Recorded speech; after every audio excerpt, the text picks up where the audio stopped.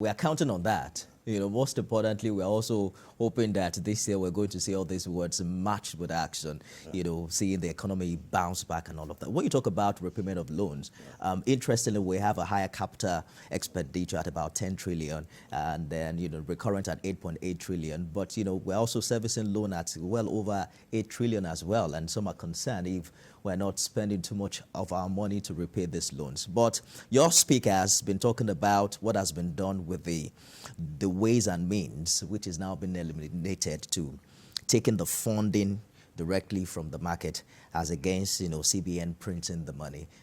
Do you agree that that's perhaps a right step in the right direction and something the 10th House is proud of this time? Oh yeah, we're very proud of that because I think it's not acceptable that the central bank went away from its constitutional role and became an interventionist central bank. And that's part of the issues that this particular government is having to clean up right now. So thank God there is a law that addresses that now, that the government is going to have to look for its funding, not go to central bank cap in hand and start printing notes to solve the problems. So that's what it's all about. And the 10th Assembly is very proud of that. What role do you see the National Assembly play in monitoring the implementation of this budget? Because you heard the president say that the MDAs now have to give monthly reports and tell us how well the implementation is going. I say we are not surprised about that, especially those of us from Lagos, that that's someone that is really particular about performance. Now, passing the budget is one role of the legislature. The other one is what we call oversight. So they have come to us, they have told us what they are going to do with our money. We have approved the money. It's as simple as that. The next step is that we'll go around to do the oversight to make sure they're actually spending Nigeria's money the way they said they will spend it. And that takes the whole period of the year.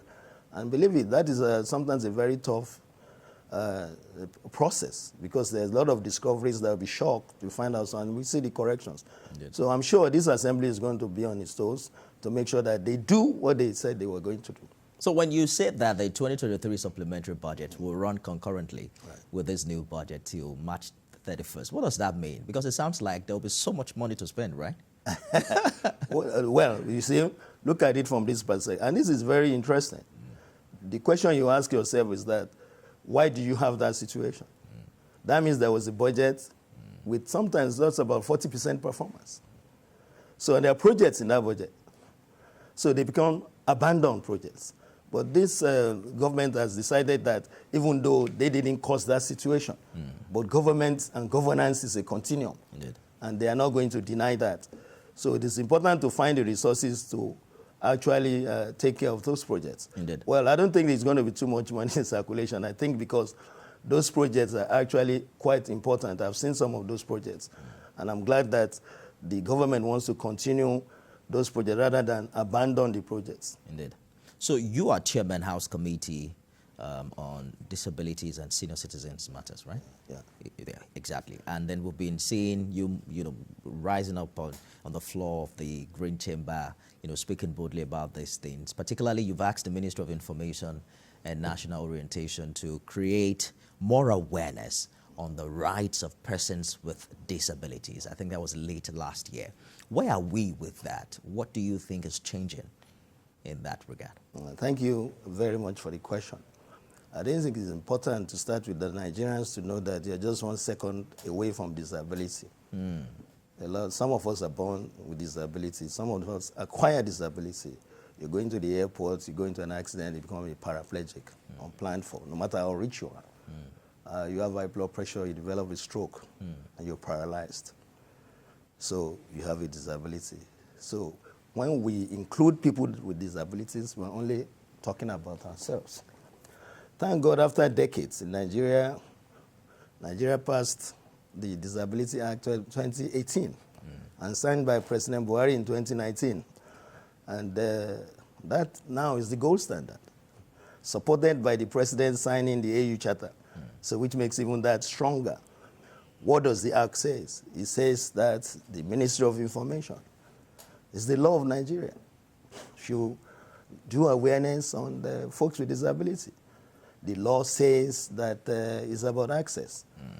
the persons with disabilities should have access to public buildings. The law says that every time you do a recruitment, 5% of your recruitment should be persons with disability. Now, the question, and you're right, where are we now? The issue we have is that, compliance is supposed to be 5 years from passage. So this January is where compliance is really going to start. And that we're very happy about that law. We think it's being supported by the executive and the Minister of Humanitarian Affairs and the Commission. And very soon, we're going to roll out how the compliance is going to be an enforcement. Maybe, maybe you come to your studio to make sure that you are complying. But get it right. When we are including everybody in government, we're not really doing folks a favor. It's gone away from being charity. You see somebody that's probably you're thinking about giving money. No. We have to include them in everything that we do in the society. So I'm really proud and glad that I'm the chairman of that in the House. And that, like you said, that we're making changes, but we're just starting. Hopefully, yeah. You said something really powerful, that everyone is like a second away from, disability, and that's very fearful. Someone would say, God forbid, but it's the reality, particularly when we consider, I think it was WHO that said we have about 30 million persons in the country. Yes. But do we have our own figures, our own data to, tell how many of these people we have? And that also would help to provide an infrastructure, our planning infrastructure to aid them. Do you think we have enough data? That's a fantastic question. It's part of our agenda in the 10th Assembly, that what is exact data? The answer is no, we don't. WHO is just saying it's 15% of every population. But the significant challenge in third world and in Nigeria is that the causes of disabilities are very entrenched and endemic in Nigeria. When you talk about infections in the newborns, you're going to have a lot of deafness and blindness. When you talk about uncontrolled road traffic situation, you're going to have a lot of people with paralysis. So we do know that we think in the community that we are more than that 30 million that everybody seems to be talking about. But it's a start to be able to look at that situation. And part of our agenda is that we want to have an accurate data of what exactly is the number of people. Indeed. And hopefully we're successful at that. I know when you look at the 2024 budget, you're also going to be looking at it from the eyes of persons living with disabilities. Right. Do you think they are catered for, from when you take a look at the spending plan?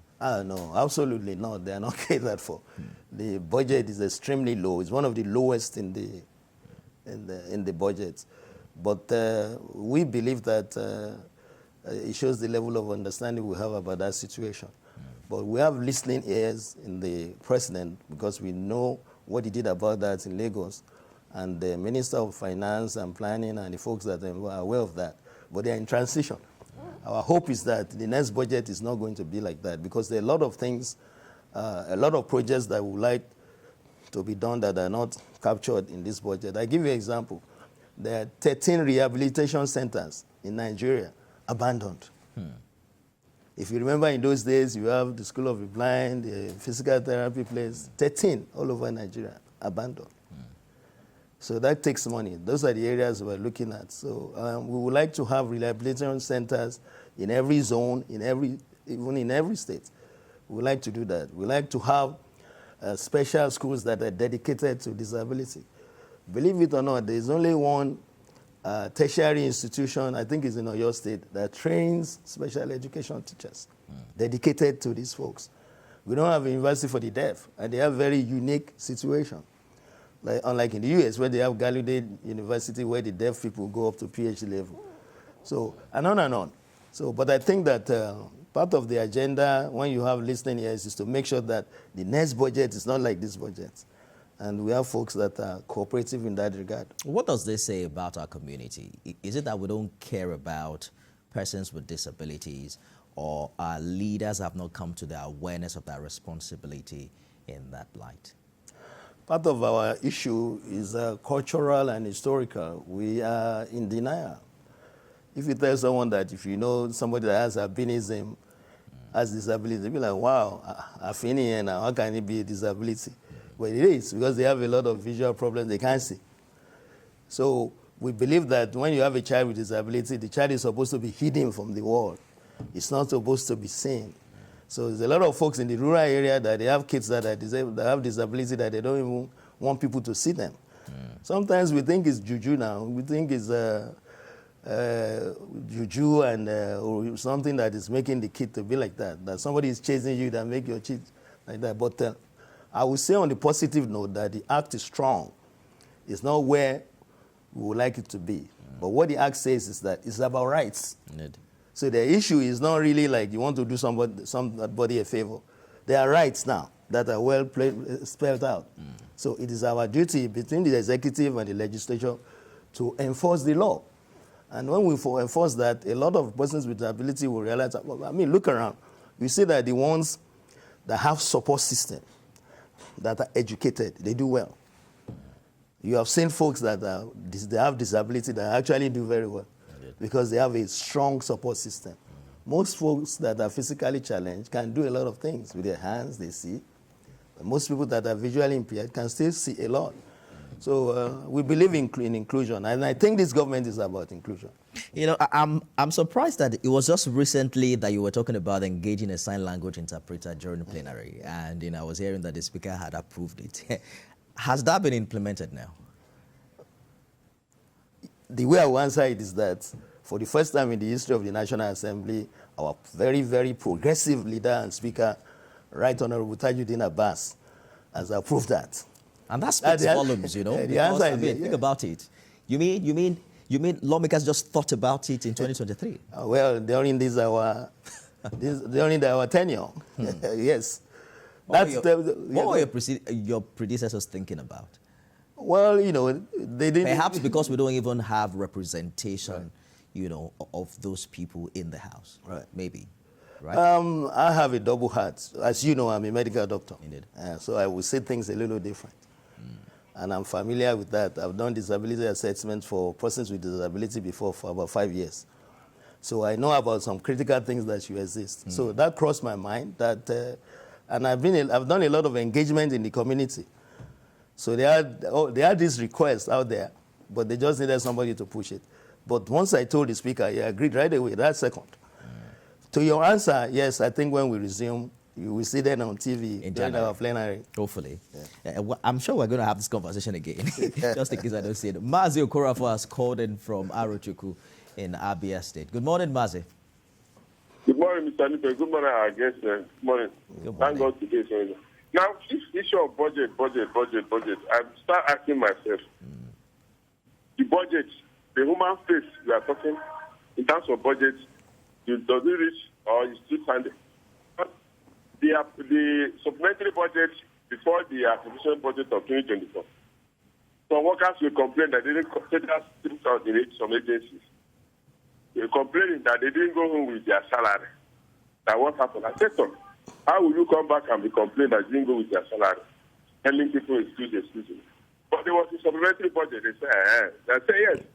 So if supplementary budget was enacted, and at the end of the day, some workers, some agents didn't go with their salary, it doesn't make it. It has a problem that authorities concerned should look inward. Now, the provision we are talking about, the 20 project of 2024, the student loan, I think the government should look into it. I think it's just the certificate racketeering going on now. Instead of Nigerian students to run to other countries to go and take adulterated certificate that you get in 3 weeks or 6 weeks, government should make sure that this student loan, in terms of that budget, gets to the actual people that are supposed to benefit. Because if you didn't get to the actual people that will benefit from that budget, that's the student loan we are talking. I bet they will see the problem. Because now, government should have what we call a monitoring team in each agency. Let it be an independent body, not from that ministry, to monitor all these ministries, to monitor all these agencies under each ministry, to make sure that what we are budgeted for, they execute it. Because if they don't monitor this, at the end of the year, you see the directors and director generals, they will gather, they say it's left over. These are money that's supposed to make use of to decide at the authorities of that organization to solve the problems, to do what they're supposed to do. They are not using it. They just be bagging their hope that at the end of the month, what they do is execute. All right. Thank you so much for your contribution, Mazio Kurafo from Abia State. Perhaps it's a good time to take a break. When we return, we'll continue this conversation and also open the phone lines for your contribution. Stay with us, everyone.